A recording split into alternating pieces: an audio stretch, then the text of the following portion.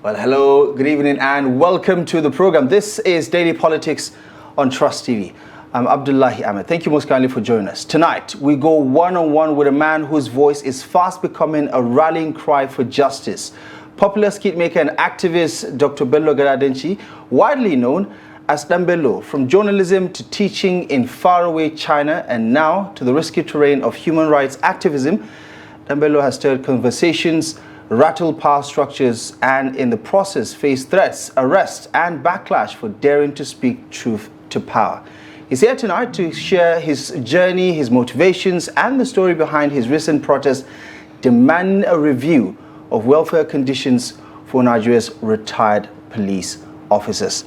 Bello, good evening and welcome to the program. It's good to finally see you in person. Thank you so much for joining us for having me. This evening. We've been having these interviews over Zoom and online, but to see you in person, actually, it's a different experience. Exactly, it is. Thank you so much for joining us for this conversation.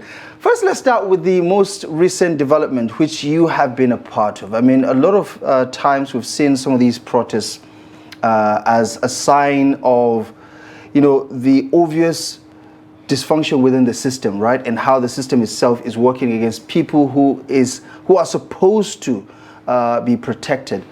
Give me a sense of the obvious reason why you are not only voicing your opinions about what is wrong with the system, but why you feel you need to take to the streets to drive home that same message. I am 37 years old. And there are men and women in the police who have worked for 35 years. I'm 37. So that's almost all my life, plus 2. And then after retiring, they get a gratuity of only 2 million naira.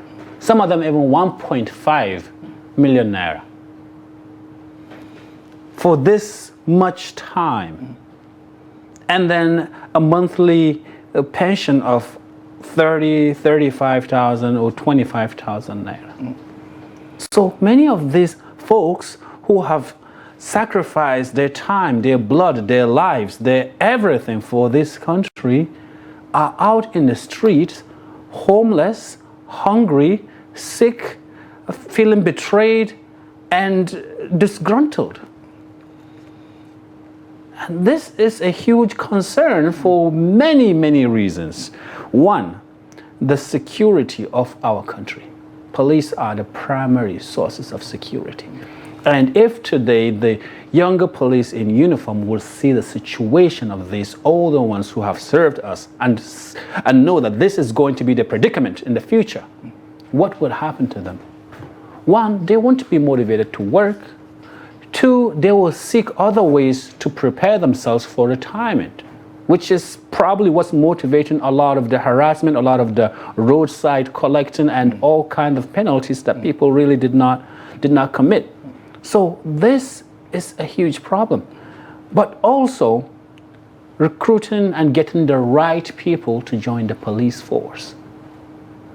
If this is the salary, if this is what the pension is, if this is what the gratuity is, definitely not. We will get people who are not really passionate about police force, people who just need something to live on.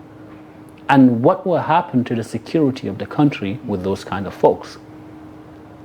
So this is something that affects me, affects you, and our children and grandchildren. And it's something that we have to stand for, it's something that we have to address, and something that we should really sacrifice all that we have for.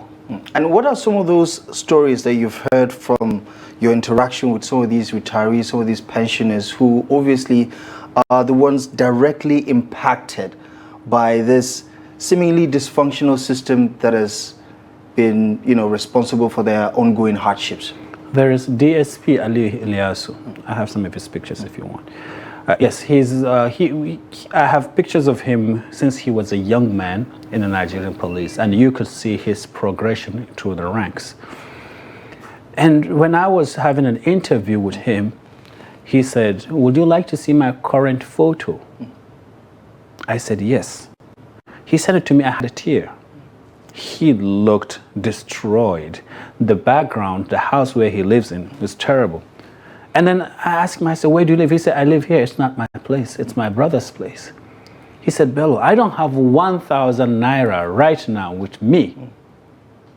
So I arranged something for him and his family, and they called me, they were crying, just for that little something.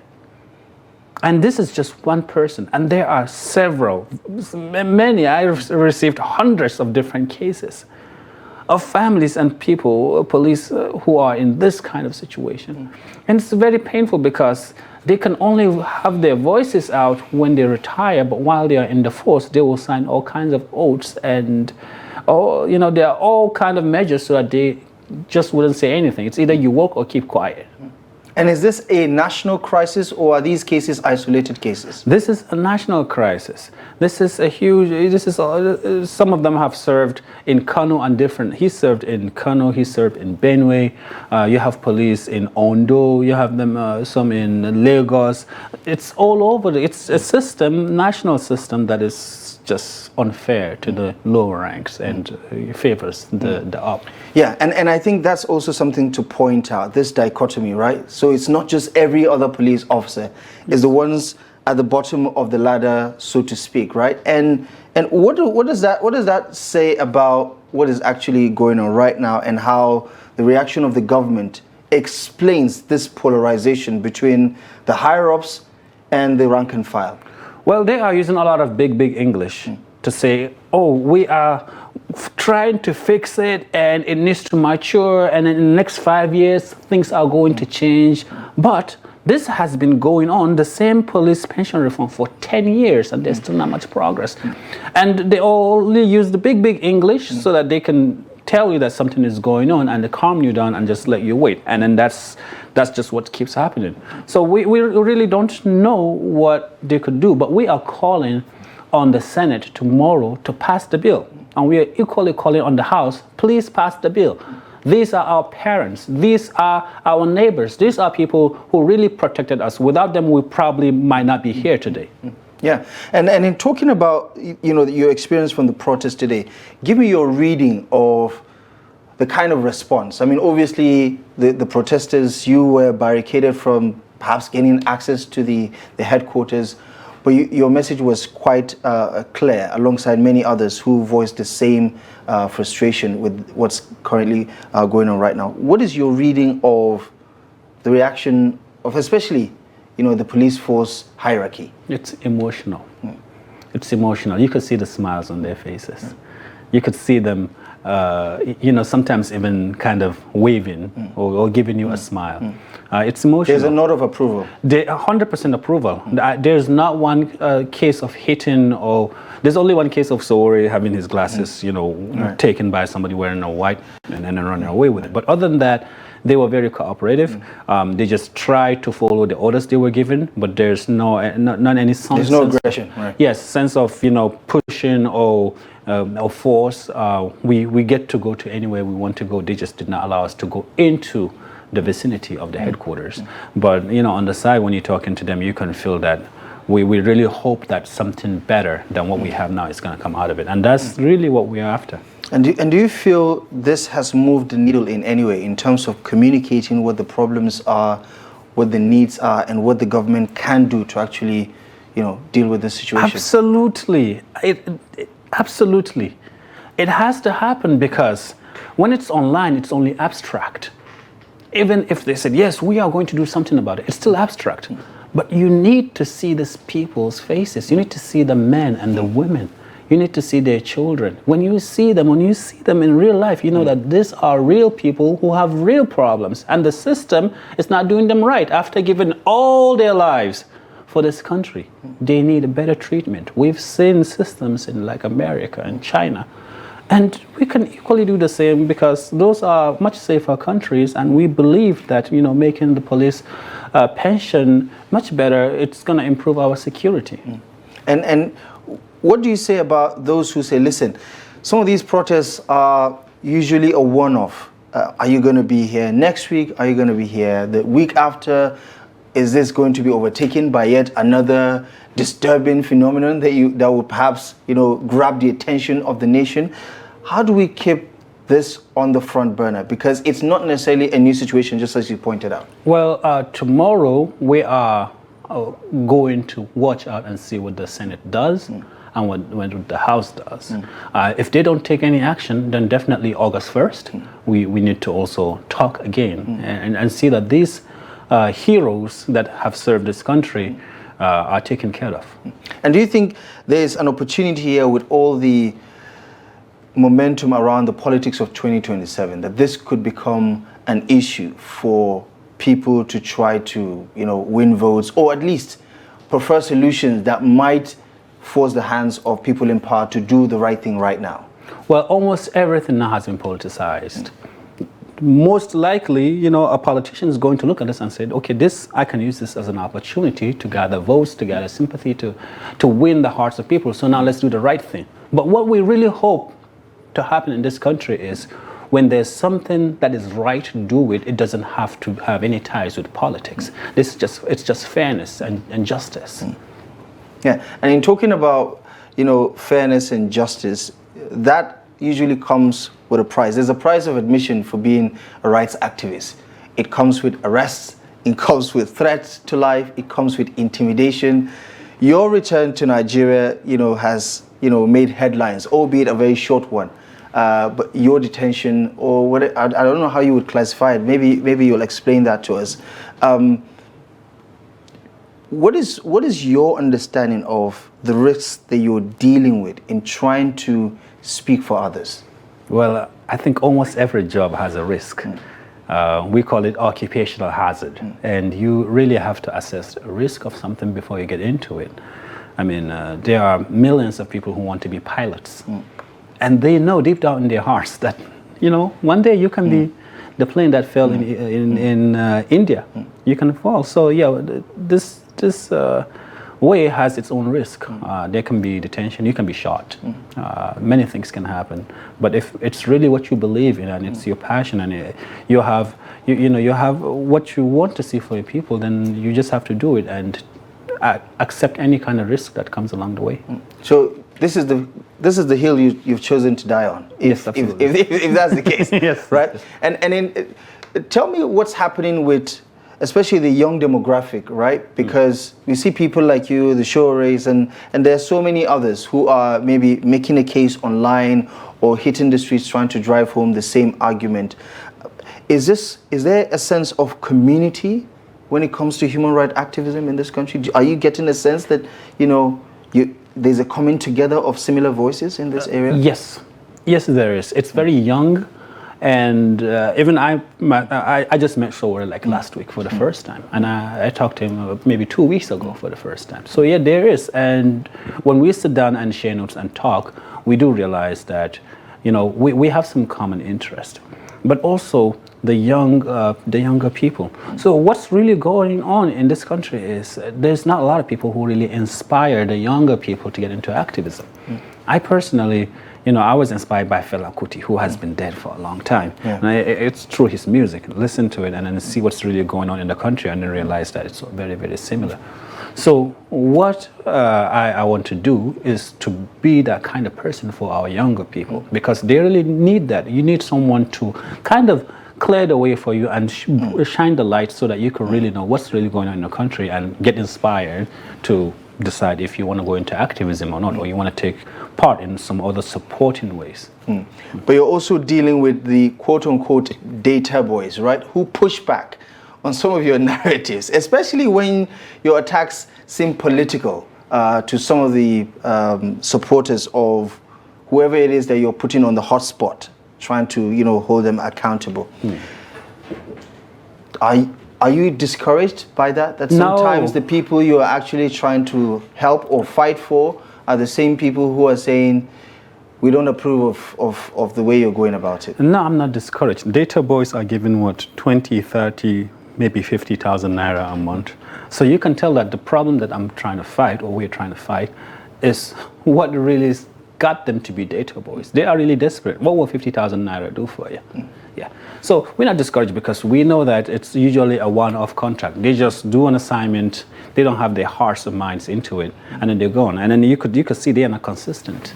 So maybe someone will attack 1, 2, 3, and then the next 4 or 5 videos, they're not there anymore. So you know that obviously they just finance, and it's not doing anything, because even people online, common people, get to recognize them, and they know who they are, and then they attack back at them, and it gets to them, because yeah, and you've obviously built a reputation for having this ability to not spare anyone, especially if they are on your radar and there's a need to hold them accountable, right? Does it sometimes feel overwhelming to have to swim against the tide, especially coming from a particular part of the country that is, all parts of Nigeria is, significantly cultural, so to say, right? But one that is conservative, where speaking truth to power is not necessarily the norm, right? Sometimes they will say it's haram, Yeah. No, it's not overwhelming. I get excited doing it. Yeah, I really do not spare anyone. I really hope one day I don't have to speak out and expose these things, because the country is in a much better shape. But right now, as long as it's going to help our poor people in the future, there's nothing really gets in the way. There's a strict moral guideline that says this will help our poor people, so we have to do it. And it doesn't matter who is going to get hurt or who is going to not like it. I really am not here to make anyone happy. I'm not here to please anyone. In fact, if in one way or another I've never made you feel angry or sad or offended, then I'm not doing a good job. Talking about the people in power. Yes. Right. And do you get a sense that they're trying to cozy up to you? Because sometimes we see politicians, try to get closer to critical voices, to bring them closer. So you can attack my opponents, but, come closer, be my friend, so that I can find a way to normalize your voice in support of what I'm doing, and maybe you look elsewhere for some of your critical takes. Do you get approaches like that? Do they try to come closer to you to try to? Yes, there are attempts, but also it's a very risky attempt, because that also can be something to expose to people. See, this is what really happens when you try to do this. There are some who would want to use probably finances, or we want to use other ways to kind of change your opinion. But what we really hope to do is not to make them enemies, but to also understand what they're doing, because fairness is very important in this. Some of them might be doing a decent job, and it's important that we kind of consider that and see why is it that they're having problems in one way or another. But there's no reason that we should get closer to them, except just see what they're doing and listen to what they're doing, and then use that as fact or ways whenever that we're doing work against them. And what about your followership? Because I suppose it's a mixed bag of so many kinds of people, right? Yes. And there are times when your taste would be too hard to swallow for some of your followers, and then they push back and they're like, no, this is a no-go area. That's right, yes. How much room do you create for an interaction where it's not just, okay, listen, this is my view, take it or leave it, I don't care about what you think? Is there a way you engage people to listen, to say, listen, it might not be to your taste, but these are the facts? Yes, many of the times, my view is really, it's the last thing. It has to be something that is very light or hilarious. Yeah, but the facts usually are more important. Here are the facts, and then use the fact to do whatever you want to do. But then how do we make presenting the fact a little bit more attractive? And that's where the art comes in. But yeah, my views do take the second seat, but pushing the facts is more important. But what I've learned in the past 2.5 years is when you've made almost 800 videos, and some videos offend the groups, these videos offend this one, and now eventually they get to realize that everyone can get some, then you would see even in the comment section saying, oh, I wasn't with you on that video, I wasn't happy, but this one actually, yeah, I am with you, and I'm okay with it, and I like it, and I'm like, this is what I want. I don't want you to like everything. I think at some point you should also feel like, oh no, this is not what I want to feel, because we are all humans and we are biased to what we like. And does that in any way impact your editorial judgment to say, listen, a significant part of my followership don't like it when I talk about religion, or don't like it when I talk about culture, or don't like it when, and does that inform your decision to say, okay, let me stick to these popular conversations because they are much more acceptable? Absolutely not. If there's any little of that, then the whole work is going to get derailed. Absolutely not. This is what's on the table, and usually we will have maybe 3, 4, 5 different items on the table, and you research in one after another, and whichever one is the most complete, that's the one we take. Yeah. The only thing that we consider is, how does this affect a large group of people? It's not like, oh, this little polytechnic here, you know, there's a little problem with the finance here and there. That's a very small, isolated case, and we're always looking big picture. Big picture, national or state, or something that can really have impact in the whole country. So that's really what I consider. And 800 plus videos later, do you feel tired that you know, this is taking too much of your time now? No, I don't feel tired. I don't feel it's taking too much of my time, but I am, you know, now taking it a little easy, because each video does really have an impact, and it has action. So if it's too much consistently, it's going to lose its strength. So that's just the only thing that changed. However, now we're mixing it with writings and pictures, and also those are getting a new demography that probably they don't have enough money to buy data, or they prefer to read, or they want to take it and share it, or they want to archive it. So that's... is that getting some traction, reading? Oh, yes, a lot of it. Right. A lot of it. And also people who take that and modify it in their own way and also repost it. And that has had a lot of impact, especially this police protest. For the police, we've only made 2 videos, but we've written probably almost 50 to 60 different postings on Facebook for it, and that's what really helped make this a success today. Let's talk about some of those controversies. I mean, some of them have gotten to a point of litigation. Is there any update on some of those claims that you've made in your videos, whether it's the immediate past government in Kano, for instance, where they're making counter claims about some of the things you've said online that has gotten a lot of traction? What's the latest on that? They are in court right now. They are in court, and I think you're talking about the local government controversy. Right, yes, they are in court, and we're waiting to see what the judgment is. You don't seem bothered at all. No. right. Okay. It seems to me that you're quite confident that you have a very good case. Absolutely. Right. Okay. Absolutely. What about the whole back and forth about the Izala thing? Because it became national news for quite some time, and it almost seemed to me at that point in time that maybe Bello has crossed a line with his core constituency. They were cheering for you when you were taking down governors, when you were taking down certain policies, programs, but when you stepped on that big one, it was this is too far, this is that. I mean, have you given it much thought about whether that is a no-go area for you going forward? No, absolutely no. That's something that needs to be done. Every complete case must be sent out. That's objectivity. And this is because we want what is good for the people. Many projects are not complete, but the money is gone. Where are they? So what that video is about is just presenting all the cases. Here are the projects.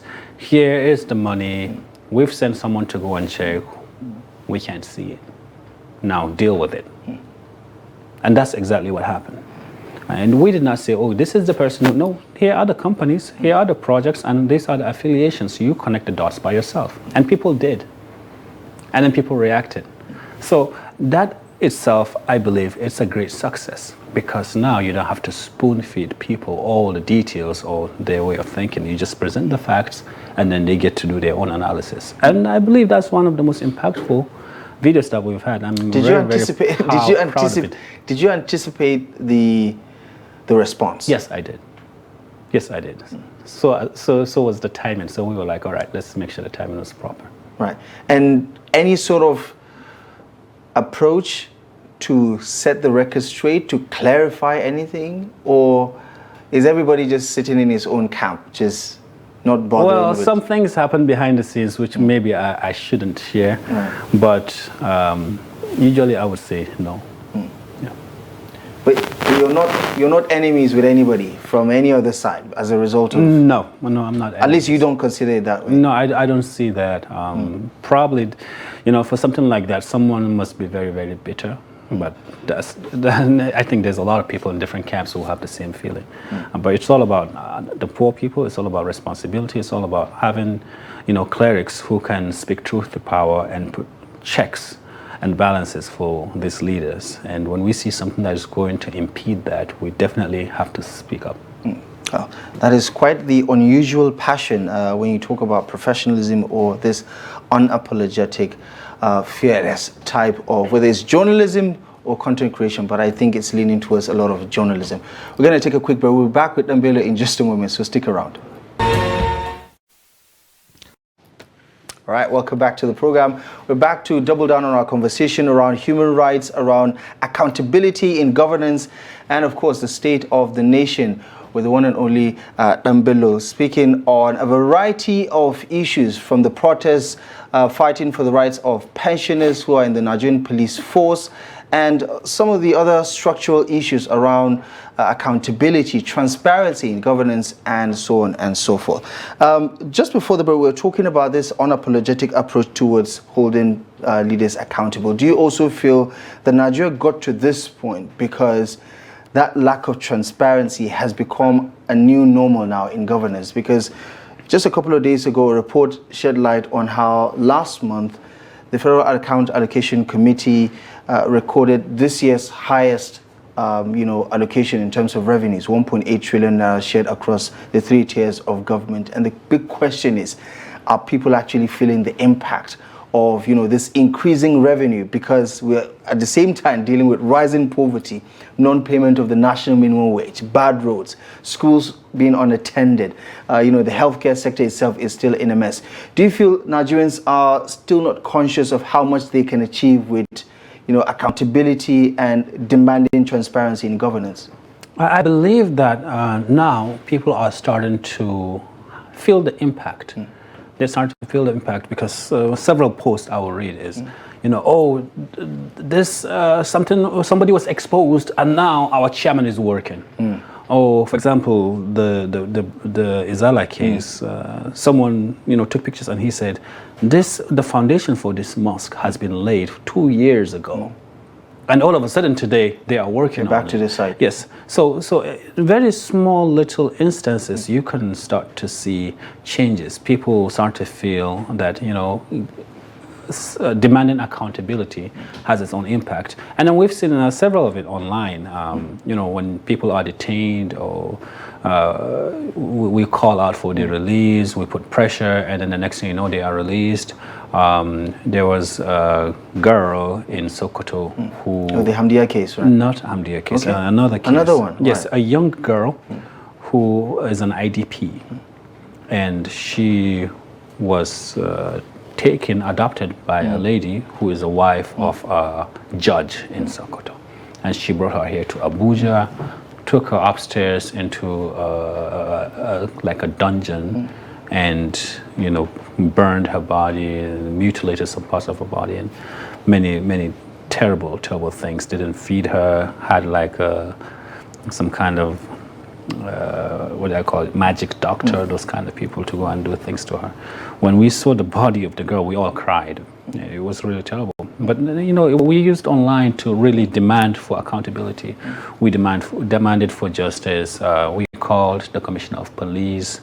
We put that clip online. We had an interview with her dad. We put the videos online.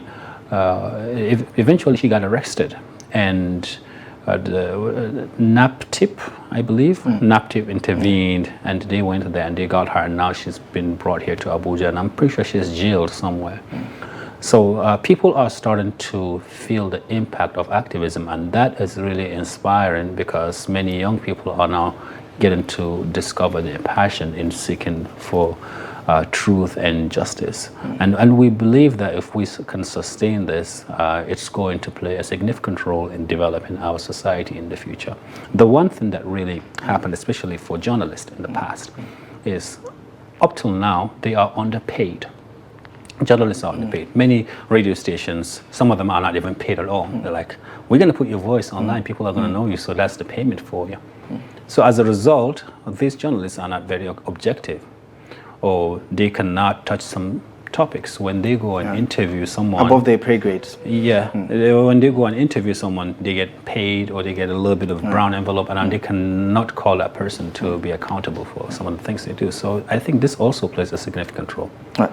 And talk to me about how powerful social media has become as a platform, as a medium, and as this equalizer where everything is laid to bear now. And you know, the powers that be cannot avoid it because it's like a public square now, and these agencies are being forced to react in real time when there is this, you know, allegation.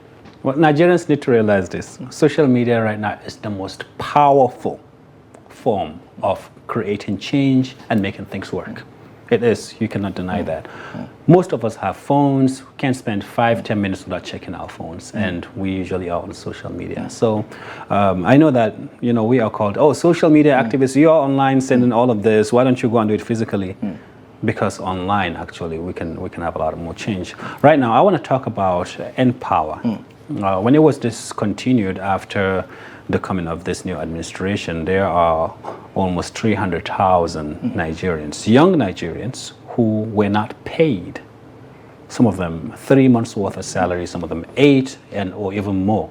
They are not paid 30,000 naira. So can you imagine young people who have just graduated from university having all kinds of hopes, having opportunity to teach or to go to the farm or to work in hospitals, and then not having, you know, not being paid. So now Barrister Abdullahi and I, we decide to sue. We are suing the federal government, and we really do hope that they will get to pay these young people their entitlements and also damages because of, you know, the inflation that happened over the time. And how did we do this? Through social media. I would have never knew that this was going on without them constantly sending messages saying, we have this problem, please help us. And we really do help. And are you keeping an eye on developments in the National Assembly? Because they really want to tame this social media beast that has been unleashed upon them. It is disturbing the political elites. And, you know, under the Buhari administration, we've seen so many attempts. I mean, Twitter was shut down for quite some time. We've also seen regulatory pieces of, you know, bills that didn't make it to the Nigerian constitution. But those attempts are still being replicated today. Are you worried, or are you keeping an eye on what the, you know, lawmakers are up to regarding social media? Yes, I am keeping an eye, but I'm not worried. I'm not worried. You know. You don't think they could do it? No, they cannot. They cannot. We will find many different ways to bypass whatever law that they have. People listen to us, and we know exactly how to really steer millions of people through our meanders. What I want you to pay attention to is the kind of people we have in the National Assembly. You've really overestimated the people there. There are folks who cannot speak a sentence of English. There are folks who have been there for many years and have never sponsored a bill. There are folks who really have no idea what they are doing there. And these people are senators or House of Reps. So instead of taking time to fix our police, to fix our education, to fix our health, some of the good ones paying attention to actually trying to curtail social media, it's not a surprising thing. And I don't think we find them threatening. And talk to me about, you know, this community of activists that we have in Nigeria, and you appear to have a lot of common grounds, right, on some of the issues that you're fighting for.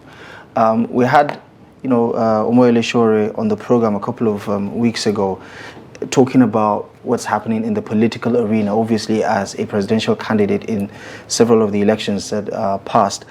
he had his take about, listen, not working with the coalition because he feels as if, it's old wine in a new bottle. It's the same packaging all over again. There's no new ideas. There are no new leaders in that movement. We need to transition from the old guard to the new, right?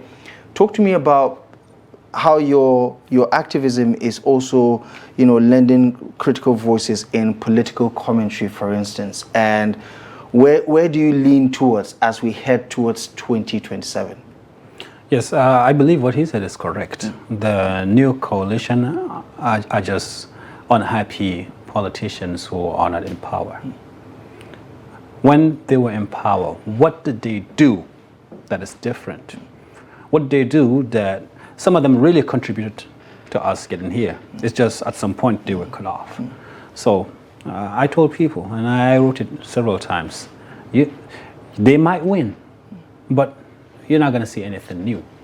So my job, and what I believe my calling is not just to inspire, but to also educate young people so that they can know what a good leader is and what public service is, so that eventually those young people in any party that they want, is it APC or even the coalition, but as long as their hearts and minds are in a much better position and they really have the passion, they will go in and they will become good leaders. And also, for those who are already in power or are very, very soon to be in power, even within the PDP and APC and ADC, they would see how we hold them to account. They will see how aggressive we are, and that would help shape them to be better leaders. And what do you say to people who say, Bello, the practical and realistic thing to do is to find the lesser of the two evils or three evils, whatever the case might be, whether it's APC, PDP, or ADC. Find a way to get into power, and that is the only way you can fix the problem from inside, and not necessarily being opposed to working with any of them, because let's be honest, there are no more saints in this world, right?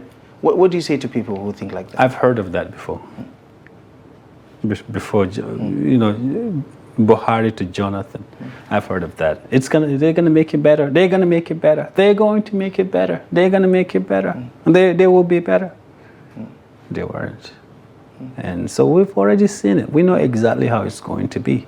They're not going to change anything. They're just going to continue with what these guys are doing. They might get even worse. So the whole idea of better of two evils, I think the politicians are the ones succeeding by making you think that those are the only options you have. But we really, as the masses, if we can stand up, we can create another option that can actually work. But my job is not done, because we really have to educate and enlighten people in a way that they can really know that these two groups are not the only options they have, even if they have all the money bags. But another group can come to existence, and that group can also win. Are you talking in terms of 2027 or something far down the line? 2027 it can happen. It really depends on people. I, as a teacher, I don't think by 2027 there will be enough people. But you really don't know what's going to happen. 2 years, so much happened within the 2 years I started working on this, and I don't know what can really happen in the next 2 years. But yeah, 2027, something can happen when people are going to actually abandon the coalition, the PDP, the APC, and seek for a different option.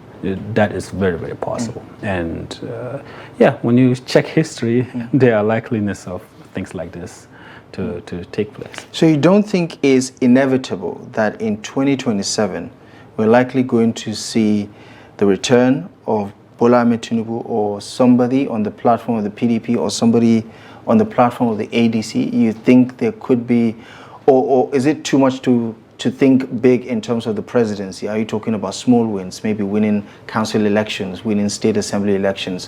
What is the end game here if you say there's a likelihood that another option could emerge? Yes, from the top. Yeah, from the top. As the wind of enlightenment blows in a very unique way, very different way, and it doesn't happen very often. For us, I think this might be a once in a lifetime thing. So, because you don't have the experience on knowing, when people are actually like getting enlightened and changing, but I think some factors will make you understand that right now, the way people's thinking is changing within the past few years is very unusual compared to 30 years ago. Should we expect any sort of partisan alignment with Bello in the months to come? Whether it's a notable legacy party or any other political party, are you trying to cash in your influence by becoming an active part? I mean, I've asked you this before, and I feel like you gave me the runaround with the answer, but this time around, do you intend? I mean, obviously, when you partner or work with somebody like Shore, for instance, who has been politically active, albeit on the fringes, from the 90s to this point, right? There's bound to be that conversation about, listen, let's get our hands in the mud and fix this from within by being active in the political game. Is that something in your thinking? Well, I've never had that conversation with anyone. I've never had anyone approach me with that. But like I've always said, I am a teacher, and I love being in a classroom. And my dream is hopefully one day Nigeria will be fixed, that our classrooms are going to look like the current classroom I teach, so I can just come back here and keep teaching our children. I love to inspire the young ones to grow up and have a purpose. I like to see, the different flowers in the young people just open up.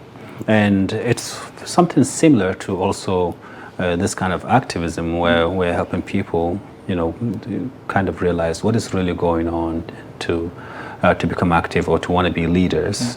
And as one person, I think I can have an effect on many different people in different parties, in different groups, to inspire them to be better leaders, to help them see their potential, and to help them know what really good governance are. And I don't think we have a lot of these people. But we do have a lot of people who want to be, a politician. We have a lot of people who want to be a president or a governor. So instead of having zero here, I think even one left will be enough. And hopefully what we are doing will have a much more general effect on the whole polity. What about the question when it comes to your content, right? I mean, you subtitle all of them in English, and I suppose it's because you also want to provide audience that do not necessarily understand Hausa to understand what the message is, right? Yes. But in terms of spotlighting some of the issues, I mean, predominantly some of your content is, northern Nigeria, then there's the national issue when you talk about the policies of the federal government. But what about, spreading it elsewhere to the southern part of the country, where I believe you also have a growing followership of people who are inspired by your fearless approach to tackling the issues head on. Is this something you're considering to try to beam your searchlight or spotlight on some of the issues in the southern part of the country? Not at the moment, for several reasons. One, the North has a lot more problems than the South, and I believe that you should fix your house first before you look at somebody else's house. So I think even if I spend 20, 30 years doing this, I will still be predominantly focused on. Yes, also more helpful for the northern part. And then secondly, I was trained to do journalism in the North, and I have all my sources, all my connections here and there. I don't have any, in politics they say structure. I don't have any structure there. So right now, as I'm so busy with the work here, to develop another structure there, then I need to start an organization and all of that. But I think just focusing on the North right now will be much more beneficial to the people, the young people who need education, to the women who need better healthcare, and to the younger youth who need jobs. So I'll probably stay here for a while. And when you consider, the terrain that you're dealing with, you realize that part of the accusation towards the northern part of the country is that, you have a vast population, uneducated, not necessarily empowered, the poverty, unemployed, the poverty is through the roof. All the major metrics, if you consider, of development are quite bad in the northern part of the country. Some would say that while your movement, while whatever it is that you're doing in terms of conscientizing the citizenry is good and is heading towards the right direction, if you consider the scale of the problem, it's quite small in terms of the impact it is going to have. What are you trying to scale it up by working with others to amplify the level of consciousness that the northern region needs to be at par with other regions in the country, or to even go further? That's right. Yes, I started. I wouldn't call it a movement, but it's a sort of a school. A school called Engaskia. And what I want to do is to train people who can be activists or leaders. And these are young people who are in all the northern states. And then when they come in, I give them training one-on-one and also one-on-one feedback, giving them tasks to go into their communities, to look for problems, how to document those problems, how to take pictures or videos, and how to voice, and sometimes even contacting their local authorities. And they've done some remarkable jobs in the past month. Some of them have reclaimed cemeteries that was donated to the community, but the district head was using it to farm. Some of them have recovered boreholes that were built, but some rich person decided to close it because it's making the front of his house look crowded. Some of them have recovered desks and chairs that were donated to classrooms, but they were not used, only it's like paper use. So I'm trying to scale it, and hopefully I can also train those ones who made it to the top to do the same thing. So I believe that this kind of underground folks who are in different villages can help speed up that kind of enlightenment and empowerment, and hopefully they can also be great leaders in the future. Finally, your hopes for 2025 in terms of what you're trying to achieve and what people can look out for? So 2025, we have a few months to finish. So I'm looking at a couple of things. One is the police pension reform. I really do hope that before the end of this year, it's going to have a significant progress. Also, empower beneficiaries for them to get paid. And then there's the new one on the line, which hopefully I'm going to start tomorrow. It's about the JAM English results. I don't know if you've covered that, if you touched that here. Many people only had 15 questions, right, and the remaining 35 questions did not appear. So we also want to see that fairness is done there, so that those people can resit and rewrite the examination. So if we can achieve just these, I think it's a great year. It's affecting millions of people directly or indirectly. Bello, interesting as always. Thank you so much for stopping by. Thank you very much. I appreciate you very much for the analysis and, of course, for the contributions. Thank you so much for speaking to us this evening. I appreciate it. All right. That's our show for you tonight. Thank you most kindly for joining us. Daily Politics returns tomorrow, live and exclusive at 8 p.m. Exclusive as always on Trust TV. I'm Abdullahi Ahmed. From myself and the rest of the team, thank you for watching. We'll see you next time.